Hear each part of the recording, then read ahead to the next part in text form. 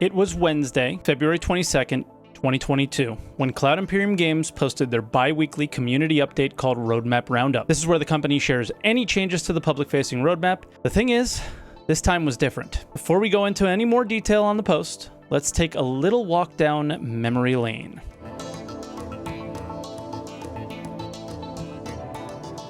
The first indication of any roadmap we had, aside from this mess, is one of the most infamous moments in Star Citizen history. CitizenCon 2016. At the event, Chris Roberts showed the first look at what the future of the game might look like for the next 5 or 6 years.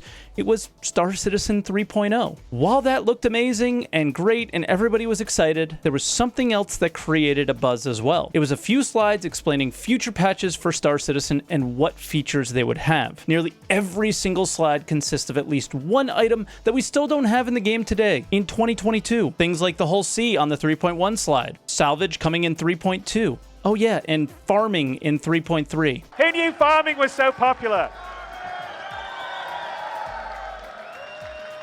People did not have a lot of trust in CIG leading up to this event, but this was the nail in the coffin in terms of trusting their communication from the overall gaming community as well as players like myself within their own. If they would set clearly impossible goals like these at an event that they know everyone is watching, what wouldn't they do to get this project funded? After the long-awaited release of 3.0, we saw the first official roadmap on robertspaceindustries.com, and for years they would update it and make changes without really communicating any of that to the backers. An awesome community member named Odysseus Ithaca made a fantastic infographic detailing any changes to the roadmap each week for the community members to follow. And boy did we follow. For the years leading up to February 2nd, we watched as countless features we were excited to play with show up on the roadmap and then disappear, usually fairly close to when you would hope to start hearing more about them on their weekly video update shows. This created disappointment, and disappointment led to anger, and anger led to hate, and you know where this ends up going.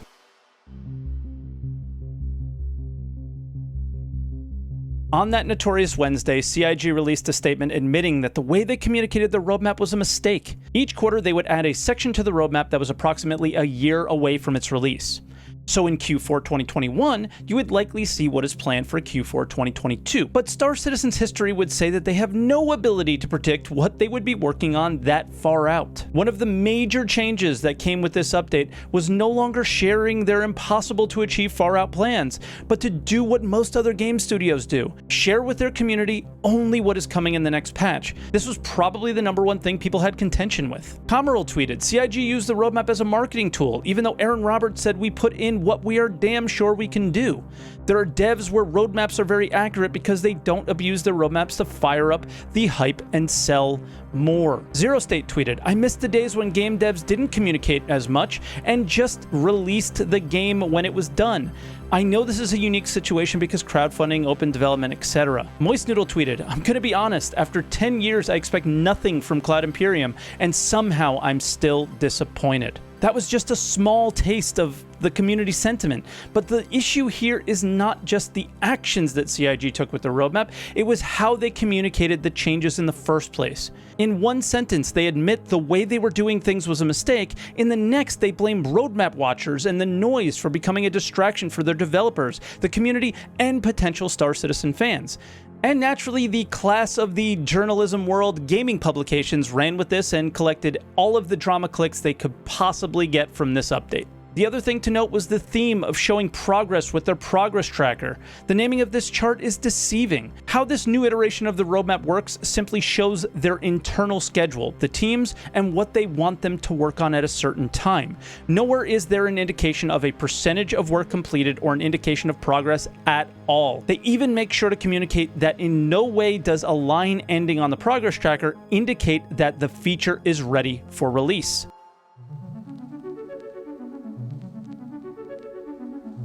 As the time passed, everyone settled down, a letter for the chairman was released along with a very large shift in the way they plan on doing patch releases in the near future. The roadmap updated posted after the letter seems like it was written by a different person, even though the shifts in development are nearly as dramatic as the changes to the roadmap itself just a few months prior. They decided to do something different than they've ever done in the past. They're going to release a major update on the PTU, patch 3.18, with a monumental and potentially very buggy feature, persistent entity streaming, or PES, for an extended period of time to ensure that it does not impact players on the live servers enjoying the game. Star Citizen is an alpha, yes, but people are playing the game like it isn't. People enjoy jumping in and making a bit of progress, and with recent performance and stability improvements, players do not want to see that be reversed by jamming unfinished, untested features on the live servers. This shift in mentality absolutely changed with that roadmap update in February. The idea of the change was to make the process of following Star Citizen's progress as painless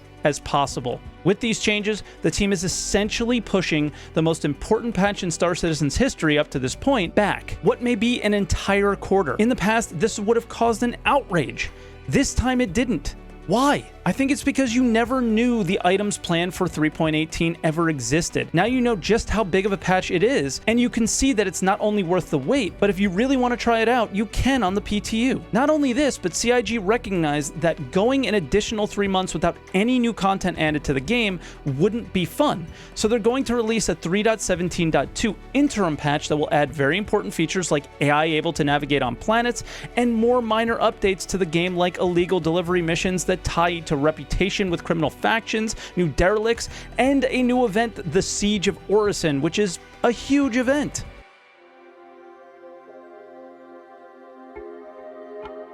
Is this way of communication better?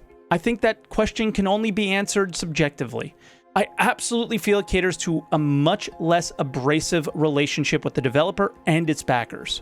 I feel I have something to actually look forward to each quarter when they tell us what will be in the next release, because it will likely not be kicked down the road for years like Salvage. I also feel the way they plan on doing 3.18s and 3.19s releases will likely cost a lot more, but it's the right way to do things, to cultivate a player base that has a healthy relationship with the game. At this stage, the focus should be much more on the game and how it plays, rather than how it's made, and I hope this trend continues long into Star Citizen's future. I also think some changes didn't work.